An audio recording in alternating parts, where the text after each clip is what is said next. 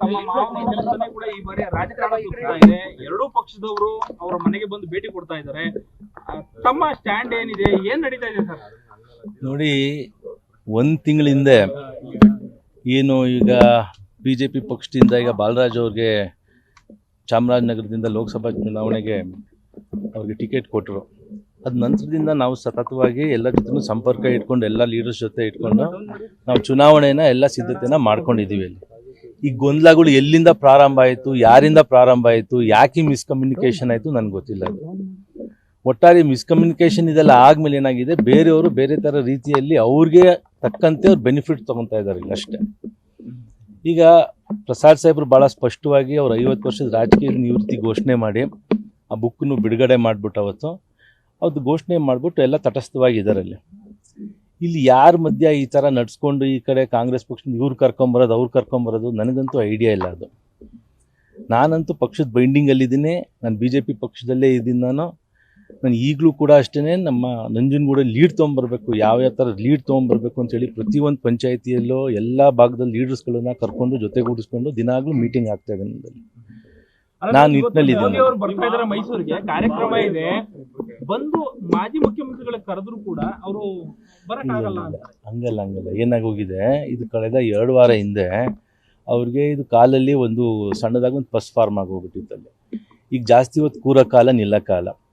ನನಗೆ ನಿರಂಜನು ಮತ್ತು ಮಾಧವಸ್ವಾಮಿ ಅವರು 1 ವಾರ ಹಿಂದೆ ನನಗೆ ಫೋನ್ ಮಾಡಿ, ಈಗ ಮೋದಿಯವ್ರ ಕಾರ್ಯಕ್ರಮ ಈ ಥರ ಇದೆ, ಪ್ರಸಾದ್ ಸಾಹೇಬರು ಬರೋಕ್ಕಾಗತ್ತಾ ಅಂತ ಕೇಳಿದ್ರಲ್ಲಿ. ಈಗ ನಾನು ಅವ್ರು ಕೇಳಿದಾಗ ಅವ್ರಿಗೆ ನಾನು ನಿಲ್ಲಕ್ಕೆ ಮತ್ತು ಕೂರೋಕ್ಕಾಗಲ್ಲಪ್ಪ, ನಾನು ಬರೋಕ್ಕಾಗಲ್ಲ ಅಂತ ಅವ್ರು ಹೇಳ್ಬಿಟ್ಟಿದ್ರು ಅವತ್ತೆ.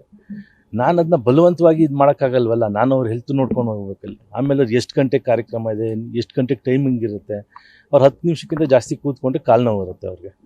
ಸೊ ಈ ನಿಟ್ಟಿನಲ್ಲಿ ನಾನು ಅವ್ರಿಗೆ ಹೇಳಿದ್ದೆ. ನಾನು ಅವ್ರಿಗೆ ಇದನ್ನು ವಿಚಾರನ ನಾನು ಪಕ್ಷದ ಮುಖಂಡರಿಗೆ ಎಲ್ಲರಿಗೂ ತಿಳಿಸಿ ಹೇಳಿದ್ದೀನಿ. ನಾನು ಅವರ ಅನ್ಅವೈಲಬಿಲಿಟಿ ನಾನು ಹೇಳಿದ್ದೀನಿ ಅವ್ರಿಗೆ ಹೇಳಿದ್ದೀನಿ. ಸಿಎಂ ಭೇಟಿಯ ಸಂದರ್ಭದಲ್ಲಿ ಅವರು ಕಾಂಗ್ರೆಸ್ ಪರವಾಗಿ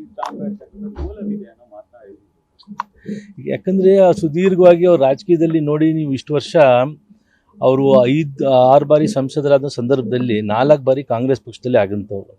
ಅವ್ರದ್ದೇ ಆದಂಥ ಒಂದು ಶಕ್ತಿ ಇಡ್ತಾ ಇದೆ ಇಲ್ಲಿ. ಆಮೇಲೆ ನಾವು ಇದನ್ನು ತಳ್ಳಾಡೋಕ್ಕಾಗಲ್ಲ. ಇದು ಕಾಂಗ್ರೆಸ್ ಪಕ್ಷದ ಒಂದು ಭದ್ರಕೋಟೆ ಇತ್ತು. ಲಾಸ್ಟ್ ಟೈಮು ಶ್ರೀನಿವಾಸ್ ಪ್ರಸಾದ್ ಸಾಹೇಬರು ಇಲ್ಲದೆ ಬೇರೆ ಯಾರು ನಿಂತಿದ್ರು ಭಾಳ ಕಷ್ಟ ಆಯಿತು ಚುನಾವಣೆ ಅದು. ಸೊ ಇದೊಂದು ಕಾಂಗ್ರೆಸ್ ಪಕ್ಷದ ಮುಂಚೆಯಿಂದ ಒಂದು ಭದ್ರಕೋಟೆ ಆಗಿದೆ. ಭಾಳ ಹಿಂದುಳಿದ ವರ್ಗದ ಒಂದು ಕ್ಷೇತ್ರ ಅದು ತುಂಬ. ಯಾಕಂದರೆ ಜನಗಳೆಲ್ಲ ಯಾವ ಮಟ್ಟಕ್ಕೆ ಇದರಂತೆ ಈಗಲೂ ಕೂಡ ಅವ್ರಿಗೆ ಕಾಂಗ್ರೆಸ್ ಪಕ್ಷ ಮತ್ತು ಪಾರ್ಟಿ ಮೇಲೆ ಒಂಥರ ಒಲವು ಇದೆ ಇಲ್ಲಿ. ಅದನ್ನು ನಾವು ಪ್ರಯತ್ನ ಮಾಡ್ತಾ ಇದ್ದೀವಿ. ಹಿಂದಿನ ಚುನಾವಣೆಯಲ್ಲಿ ನನಗೆ ಮತ್ತು ನಿರಂಜನ್ಗೆ ಇಷ್ಟು ವರ್ಷ ಆದಮೇಲೆ ನಾವು ಮೊದಲೇ ಬಾರಿ ನಾವು BJP ಪಕ್ಷದಿಂದ ನಾವು ಆರಿಸ್ಕೊಂಡು ಬಂದಿದ್ದಲ್ಲಿ. ಆಮೇಲೆ ಸ್ವಲ್ಪ ಸಂಘಟನೆ ದೃಷ್ಟಿಯಲ್ಲೂ ಕೂಡ ನಮಗೆ ಈ ವರುಣ ಮತ್ತು ಬೇರೆ ಬೇರೆ ಕಡೆ ಎಲ್ಲ ಸ್ವಲ್ಪ ನಮಗೆ ಆ ಕಡೆ ಲೀಡರ್ಸ್ಗಳ್ದು ಇದಾಗೋಗಿದೆ. ಇಲ್ಲ ಅಂದರೆ ನಾವು BJP ಪಕ್ಷದ ಒಂದು ಭದ್ರಕೋಟೆ ಮಾಡೋಂಥ ಎಲ್ಲ ಸಾಧ್ಯತೆಗಳು ಇದೆ. ಬಟ್ ಕಾಂಗ್ರೆಸ್ ಪಕ್ಷದಿಂದ ಇದೆ ಅದು. ತಮ್ಮ ಪಕ್ಷಕ್ಕೆ ಟಿಕೆಟ್ ಸಿಗಲಿಲ್ಲ ಅನ್ನೋ ಕಾರಣಕ್ಕೆ ಪ್ರಸಾದ್ ಅವರು ಅಂತರ ಕಾಯ್ಕೊಂಡಿದ್ದಾರೆ ಅನ್ನೋದು ಎಲ್ಲ ನೋಡಿ ಒಂದು ನಿಮಿಷ. ಈಗ ನೋಡಿ, ಈಗ ನಾನು ಒಬ್ಬ ಟಿಕೆಟ್ ಆಕಾಂಕ್ಷಿ ಆಗಿದ್ದೆ. ಈಗ ಟಿಕೆಟು ಪಕ್ಷದಲ್ಲಿ ಯಾವ ಮಾನದಂಡ ಇಟ್ಕೊಂಡು ಕೊಟ್ಟಿದ್ದಾರೆ ಅದಕ್ಕೆ ನಾ ಬದ್ಧನಾಗಿದ್ದೀನಿ. ನಾನು ಎಲ್ಲರೂ ಬಂದು ಅಪಸ್ವರ ಮಾಡ್ತೊಂತೀನಿ, ಎಲ್ಲರೂ ಒಂದು ಸ್ಟ್ಯಾಂಡ್ ತೊಗೊಂಡು ಆಡ್ತಾರ ಕುಟುಂಬದ. ನೋಡಿ, ನನಗೆ ಬೇರೆಯವ್ರದ್ದು ನನಗಿದು ಗೊತ್ತಿಲ್ಲ. ಅಲ್ಲಿ ಒಬ್ಬ ಮಾಜಿ ಶಾಸಕನಾಗಿ ನಾನು ಒಂದು ಜವಾಬ್ದಾರಿತ ಸ್ಥಾನದಲ್ಲಿ ನಾನು ಇಟ್ಕೊಂಡು ಪಕ್ಷದಲ್ಲಿ ಇರ್ತಕ್ಕಂಥ ಒಂದು ಎಲ್ಲ ಸ್ಥಾನಮಾನ ಅನುಭವಿಸಿರೋಂಥವ್ರು.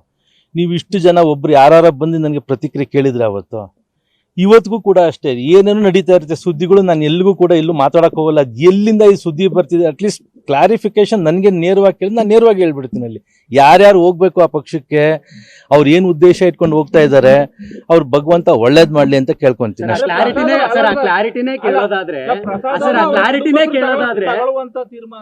ಸಂಬಂಧ ಇಲ್ಲ. ಈಗ ಪ್ರಸಾದ್ ಸಾಹೇಬ್ರವರು ಅವರು ನಿವೃತ್ತಿ ಘೋಷಣೆ ಮಾಡಿಬಿಟ್ಟಿದ್ದಾರೆ. ಈಗ ಅವ್ರವ್ರು ಯಾರ್ಯಾರಲ್ಲಿ ರಾಜಕೀಯದಲ್ಲಿ ಆಸಕ್ತಿ ಇಟ್ಕೊಂಡಿದ್ದಾರೆ, ಈ ಥರ ಮುಂದುವರಬೇಕು ಅಂತಿದ್ದಾರೋ ಅವ್ರಿಗೆ ಅವ್ರದ್ದೇ ಆದಂಥ ಒಂದು ನಿರ್ಧಾರ ತೊಗೊಂಡೋಗಿ ಬಿಟ್ಟಿದ್ದಾರೆ. ಅಲ್ಲಿ ನಾವು ಇನ್ನ ಎಷ್ಟು ಅಂತ ಈಗ ಒಂದು ಇದ್ರಲ್ಲಿ ಇರೋದು. ಈಗ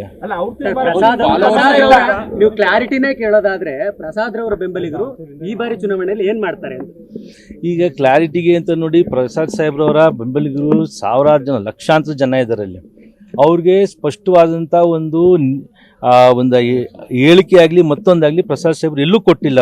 ಅವ್ರು ತಟಸ್ಥವಾಗಿದ್ದಾರೆ. ಬೇರೆಯವ್ರು ಬೇರೆ ಬೇರೆ ತರ ಅರ್ಥ ತಗೊಂತಾರೆ. ತಟಸ್ಥನೇ ಅಪಾಯ ಅಲ್ವಾ? ಹಾಲಿ ಸಂಸದರಾಗಿದ್ದುಕೊಂಡು ಅವ್ರು ತಟಸ್ಥರಾಗಿರೋದು ಅಪಾಯ ಅಲ್ವಾ? ಈಗ ನೋಡಿ ರಿಟೈರ್ಮೆಂಟ್ ಇದು ಅಂತ ತೊಗೊಂಡ್ಮೇಲೆ ಅವ್ರು ಯಾವುದೇ ಥರ ಒಂದು ಇದು ಹೇಳಿಕೆ ಆಗಲಿ ಮತ್ತೊಂದಾಗಲಿ ಎಲ್ಲೂ ಕೊಟ್ಟಿಲ್ಲ ಅವರಲ್ಲಿ. ಈಗ ನಾವು ಅದನ್ನ ಒತ್ತಿ ಅವ್ರಿಗೆ ಸುಮ್ಮನೆ ಇದ್ದಾರೆ ಅಂತಂದ್ರೆ ಏನು ಈ ಥರನೂ ಯೋಚನೆ ಇದೆ ಅಂತ ಅನ್ಕೊಬೋದು, ಸುಮ್ಮನೆ ಆ ಥರನೂ ಯೋಚನೆ ಇದೆ ಮಾಡ್ತಾ ಇದ್ದಾರೆ ಅಂತ ಅನ್ಕೋಬೋದು. ಯಾವುದು ಡ್ಯೂಯಲ್ ಸ್ಟ್ಯಾಂಡ್ ಅನ್ನೋದು ಪ್ರಶ್ನೆ ಬರಲ್ಲ.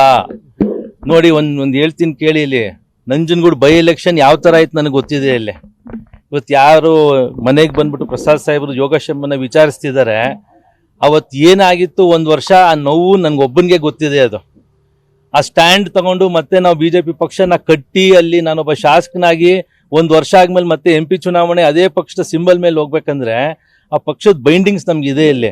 ಎಸ್, ಸಹಜವಾಗಿ ಕೆಲವು ವಿಚಾರಗಳಲ್ಲಿ ಅವ್ರಿಗೆ ನೋವಾಗಿರ್ಬೋದು, ಆದ್ರೆ ಅದನ್ನೇ ಒಂದು ಇದು ತಗೊಂಡ್ಬಿಟ್ಟು ಇಲ್ಲ ಈ ಸ್ಟ್ಯಾಂಡ್ ಈ ತರ ಇದೆ ಆ ತರ ಇದೆ ಅಂತ ಹೇಳಕ್ ಬರಲ್ಲ ಅಲ್ಲಿ. ಸರ್, ಈಗ ಕಾಂಗ್ರೆಸ್ಗೆ ಸೇರಿದ್ದಾರೆ ಸರ್ ಒಂದಷ್ಟು ಜನ ಕೆಲಸಗಳು, ನಿಮ್ಮ ಕುಟುಂಬಸ್ಥರು ಕೂಡ ಸೇರ್ತಾರೆ, ಆದ್ರೆ ವೈಯಕ್ತಿಕ ಲಾಭಕ್ಕೋಸ್ಕರ ಹೋಗಿರೋದು. ಹೌದು, ಇನ್ನೇನಿರುತ್ತೆ ಇಲ್ಲಿ? ಅಧಿಕಾರದಲ್ಲಿ ಇವಾಗ ಕಾಂಗ್ರೆಸ್ ಪಕ್ಷ ಇದ್ದಾರೆ, ಲಾಭಕ್ಕೋಸ್ಕರ ಹೋಗ್ತಾ ಇದ್ದಾರೆ. ಅಲ್ಲಿ ನಾವು ಪರವಾಗಿಲ್ಲ 4 ವರ್ಷ ಆದ್ರೂ ನಾವು ಇಲ್ಲಿ ಕೂತ್ಕೊಂಡು ಸಂಘಟನೆ ಮಾಡಿ ಕಟ್ಟಿ ಮತ್ತೆ ನಾವು BJP ಪಕ್ಷನ ಚಾಮರಾಜನಗರ ಮತ್ತು ಮೈಸೂರು, ಹಳೆ ಮೈಸೂರು ಭಾಗದಲ್ಲಿ ಅಮಿತ್ ಶಾ ಅವ್ರು ಹೇಳ್ದಂಗೆನೆ ಇಲ್ಲಿ ಹೆಚ್ಚಿನ ಸ್ಥಾನ ಇಲ್ಲಿ ತಗೊಂಡ್ಬರ್ಬೇಕು ಅಂತ ಒಂದು ಗುರಿ ಇಟ್ಕೊಂಡಿದ್ದಾರೆ. ಅದೇ ಗುರಿಯಲ್ಲಿ ನಮ್ಮ ನೆಚ್ಚಿನ ರಾಜ್ಯಾಧ್ಯಕ್ಷರಾದ ವಿಜೇಂದ್ರನು ಕೂಡ ಅದೇನೇ ವಿಚಾರನ ಮಾತಾಡ್ತಾ ಇದ್ದಾರೆ. ಸೊ ಅದ್ರಲ್ಲಿ ನಾವು ಸಂಘಟನೆ ಮಾಡಿ ಕಟ್ಕೊಂಡ್ಬರ್ತೀವಿ. ಬೇರೆಯವ್ರು ಯಾರು ಹೋಗಿದ್ರೆ ಅದ್ರ ಬಗ್ಗೆ ನಾವು ತಲೆ ಕೆಡ್ಸ್ಕೊಳಕ್ ಹೋಗ್ಬೇಡಿ. ಅಲ್ಲಿ ಅವ್ರಂತ ಹೇಳೋರಂತ ಇದು ಅಲ್ಲ. ಅಲ್ಲಿ ಬಿಡಿ, ಕಾರ್ಯಕರ್ತರ ಗೊಂದಲಕ್ಕೆ ಏನ್, ಕಾರ್ಯಕರ್ತರು ಒಂದು ಸಭೆ ಮಾಡಿ ಬಹಿರಂಗವಾಗಿ ಎಲ್ಲರೂ ಹೇಳಿದಾರ. ಅವರು ಈಗ ಮುಕ್ತವಾಗಿ ರೂಮಲ್ಲಿ ಏನೋ ಮಾತಾಡ್ತಾರೆ, ಅಲ್ಲಿ ಅದನ್ನ ನಾವು ಬೇರೆ ಬೇರೆ ತರ ವಿಶ್ಲೇಷಣೆ ಮಾಡ್ಕೊಂಡ್ರೆ ಅದು ನಮ್ ತಪ್ಪಾಗತ್ತೆ. ಅದು ಎಲ್ಲಿ ಕ್ಲಾರಿಟಿ, ಎಲ್ಲರೂ ಹೇಳಿದಾರೆ ಪ್ರಸಾದ್ ಸಾಹೇಬ್ರು ಈ ತರ ಅಂತ, ಆ ಕೋಪದಲ್ಲಿ 2 ಮಾತೇನೋ ಹೇಳಿರ್ತಾರೆ ಅಲ್ಲಿ, ಅದನ್ನೇ ಹೋಗಿ ಬೇರೆ ಬೇರೆ ತರ ಇವರು ಅಡ್ವಾಂಟೇಜ್ ತೊಗೊಳಕ್ ಹೋದ್ರೆ ನಾವೇನ್ ಮಾಡಕ್ಕಾಗತ್ತೆ ಅಲ್ಲಿ. ಸರ್, ಈ ನಡುವೆ ನಿಮ್ಗೆ ಕಾಂಗ್ರೆಸ್ನವರು ಏನಾದ್ರು ಸಂಪರ್ಕ ಮಾಡಿದ್ರು? ಇಲ್ಲ, ಆ ತರ ನಂಗೆ ಮಾಡಕ್ ಹೋಗಲ್ಲ. ಯಾವುದೇ ಕಾರಣಕ್ಕೂ ಕಾಂಗ್ರೆಸ್ ಪಕ್ಷ ನಂಗೆ ಸಂಪರ್ಕ ಮಾಡಲ್ಲ. ಅವ್ರು ಚೆನ್ನಾಗಿ ಗೊತ್ತಿದೆ ನನ್ನ ಸ್ಟ್ಯಾಂಡ್ ಎಲ್ಲಿವರೆಗೂ ಮತ್ತೆ ಯಾವ ಮಟ್ಟಕ್ಕವರೆಗೂ ಇದೆ ಅಂತ. ಅಲ್ಲಿ ಬಿಜೆಪಿ ಕ್ಯಾಂಡಿಡೇಟ್ ನಿಮ್ಮನ್ನ ಎಲೆಕ್ಟ್ ಕಾರಣಕ್ಕೆ ನಿಮ್ಮ ಇನ್ನೊಬ್ಬ ಕಾಂಗ್ರೆಸ್ ಕಾರ್ಯಕರ್ತ ಸಿಎಂ ಭೇಟಿಯಾಗುವಂತ ಕೆಲಸ ಕೂಡ ಮುಂದಾಗಿದ್ದಾರೆ. ಅವರು ಕಾಂಗ್ರೆಸ್ ಹೋಗ್ತಾರೆ ಅನ್ನೋದು ಗುಸು ಕೂಡ ಕಾರ್ಯಕರ್ತರಲ್ಲಿದೆ ಸರ್. ನೋಡಿ, ಪಾಲಿಟಿಕ್ಸ್ ಅಲ್ಲಿ you should have lot of patience. ಈಗ ಅಲ್ಲಿ ಯಾವುದೇ ಥರ ಸ್ಥಾನಮಾನ ಇಲ್ಲದವರು ಈ ಥರ ಎಲ್ಲ ತೊಗೊಂಡು ನೀವು ಹೈಲೈಟ್ ಮಾಡ್ಕೊಳಕ್ಕೆ ಹೋಗ್ಬೇಡಿ. ನಾನು ನೋಡಿ ಒಂದು ಪಕ್ಷದಲ್ಲಿ ಅವತ್ತು ಟಿಕೆಟ್ ಕೇಳಬೇಕಾದ್ರೆ ಯುವ ಮೋರ್ಚಾ ರಾಜ್ಯ ಉಪಾಧ್ಯಕ್ಷ ಆಗಿದ್ದೆ. ನಾನು 1 ವರ್ಷ ಕೆಲಸ ಮಾಡಿದ್ದೆ. ಆಮೇಲೆ 2008ರಲ್ಲಿ ಏನು ಪ್ರಾರಂಭ ಆಯಿತು, 2019ರಲ್ಲಿ ಪ್ರಸಾದ್ ಸಾಹೇಬ್ರ ಪೂರ್ತಿ ಚುನಾವಣೆ ನಾನು ನೋಡಿಕೊಂಡೆ. 14ರಲ್ಲಿ ಧ್ರುವನಾರಾಯಣ್ ಚುನಾವಣೆ ನಡೆಸಿದ್ದೀನಿ. ಅದಾದಮೇಲೆ ಬೈ ಎಲೆಕ್ಷನ್ನು ನಡೆಸಿದ್ದೀನಿ. ಅನುಭವ ಇದೆ ನನಗೆ. ಆ ಆಧಾರದ ಮೇಲೆ ನಂಗೆ ಟಿಕೆಟ್ ಕೊಟ್ಟರು. ಈಗ ಒಂದು ಇದು ನೋಡ್ಕೊಂಡು ಕೊಡ್ಬೇಕಲ್ಲ, ಕ್ರೈಟೀರಿಯಾ ನೋಡ್ಕೊಂಡು ಕೊಡ್ಬೇಕಲ್ಲ.